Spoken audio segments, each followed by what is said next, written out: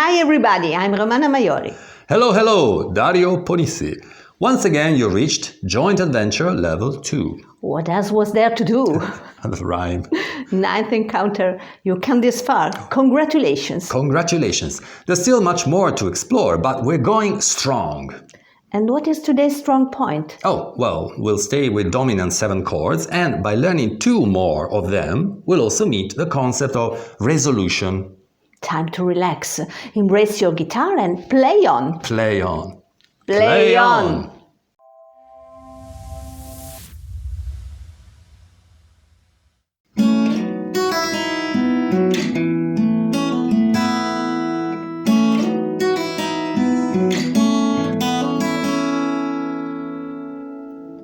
I began this way to remind you that the chord of B, or the B chord, can basically be built in this way by moving the chord of A, the A chord, down 2 frets. So basically we're going down the neck, which means going up in a way.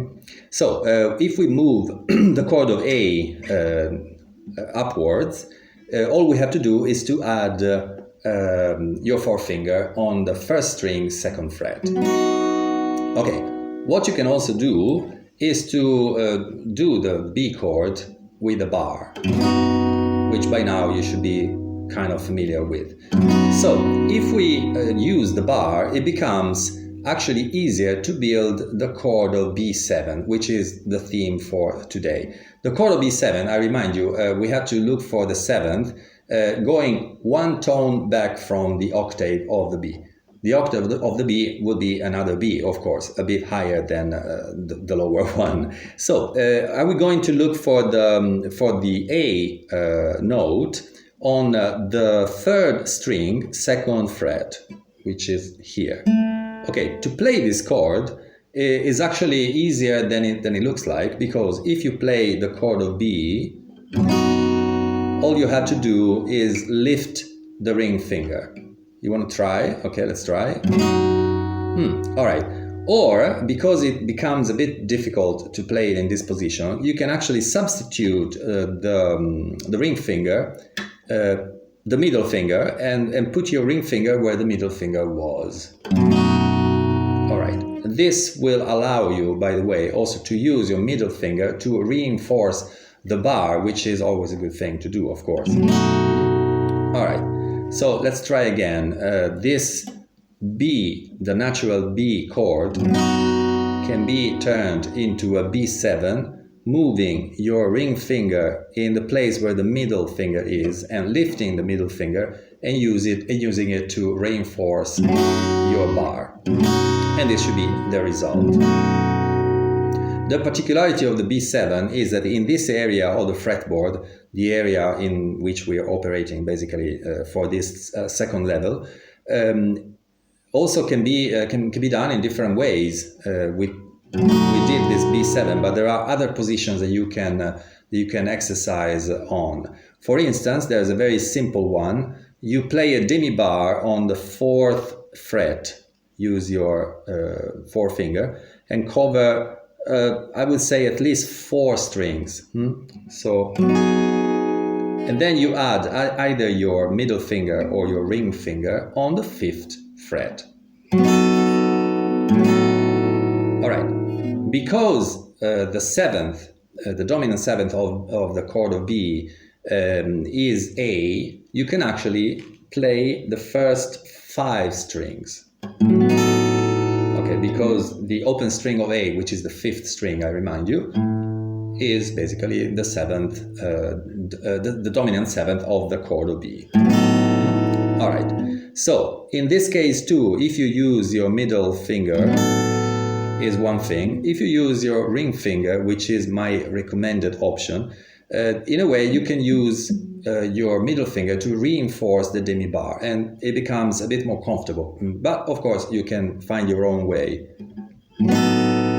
Okay, so let's see another position which is a little bit more complex, but it's kind of interesting, and I will show you why. All right, let's move to the upper part of the fretboard, and we'll start by putting your forefinger on the 4th string, 1st fret, okay, where we find an E flat. All right, then you place your middle finger on the 2nd fret, 5th string. Then you place your ring finger on the 3rd string, 2nd fret. And then you place your pinky on 1st string, 2nd fret.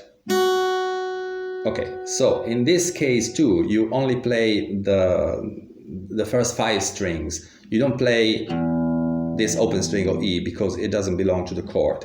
And you will have this kind of result. All right, it's a B7, which has a different sound from the others. They all B7s, but basically, you know, they have different, how can I say, different effects, different results. Okay, so this position of B7, it becomes interesting because maybe a little bit farther on, you can actually play with the bass. So for instance, if you use this, the bass on the 5th string, which will be a B, by the way, and alternate with another bass, which is on the 6th string, always 2nd fret.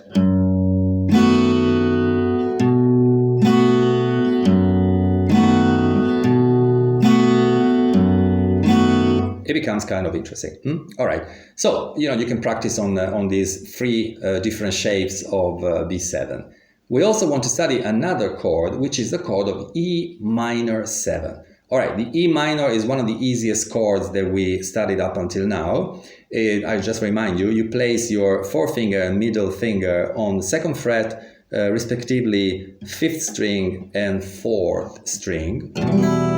All right, so to this we had to add the dominant 7 of the chord of E minor. So you go back 1 whole tone and you go from E, E flat, and D. Where do we find the D? Of course, you can take off your middle finger and play the open string of D, and it works, no problem. So it becomes even easier. You only use 1 finger, or you can make it a bit more, you know, like a bit more complete in a way by using the shape of E minor and adding a D on the 2nd string, 3rd fret. All right.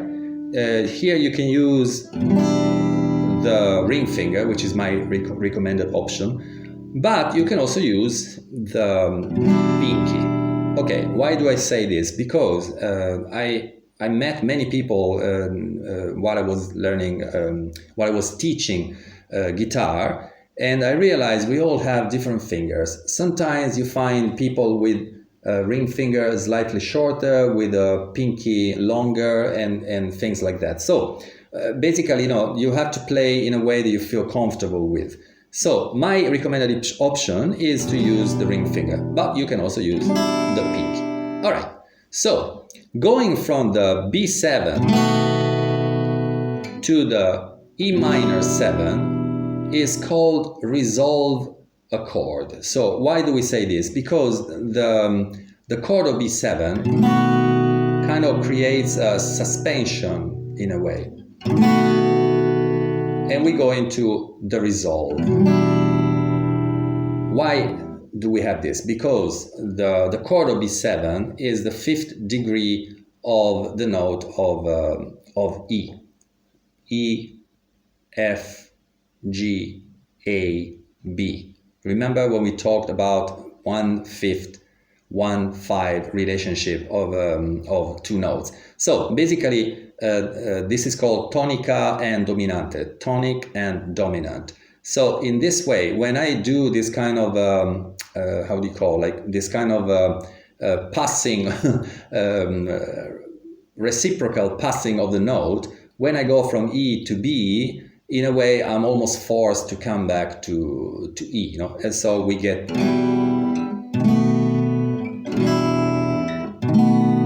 this kind of suspension that resolves into the natural tonic. Okay, so all this because the song today will be based exclusively on these 2 chords.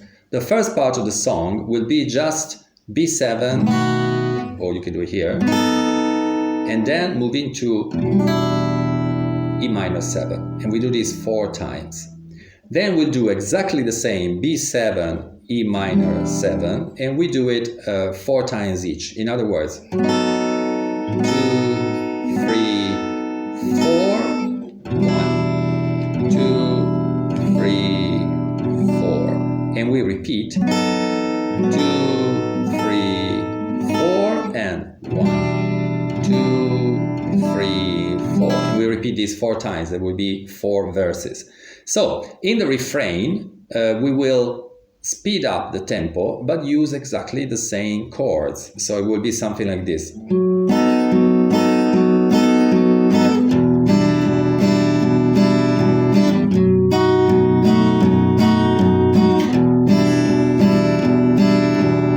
And we repeat, basically progressing a little bit with speed. For the strumming, the strumming is very simple. We start from a simple strumming like this. Then we double the tempo.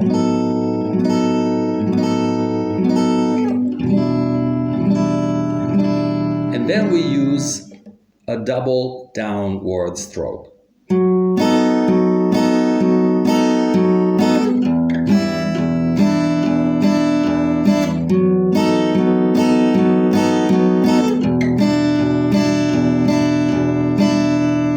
Until we finish the song. That's about it, basically. So just practice and then move to Playtime, where you will find the song that we studied right now. So stay tuned and go to Playtime.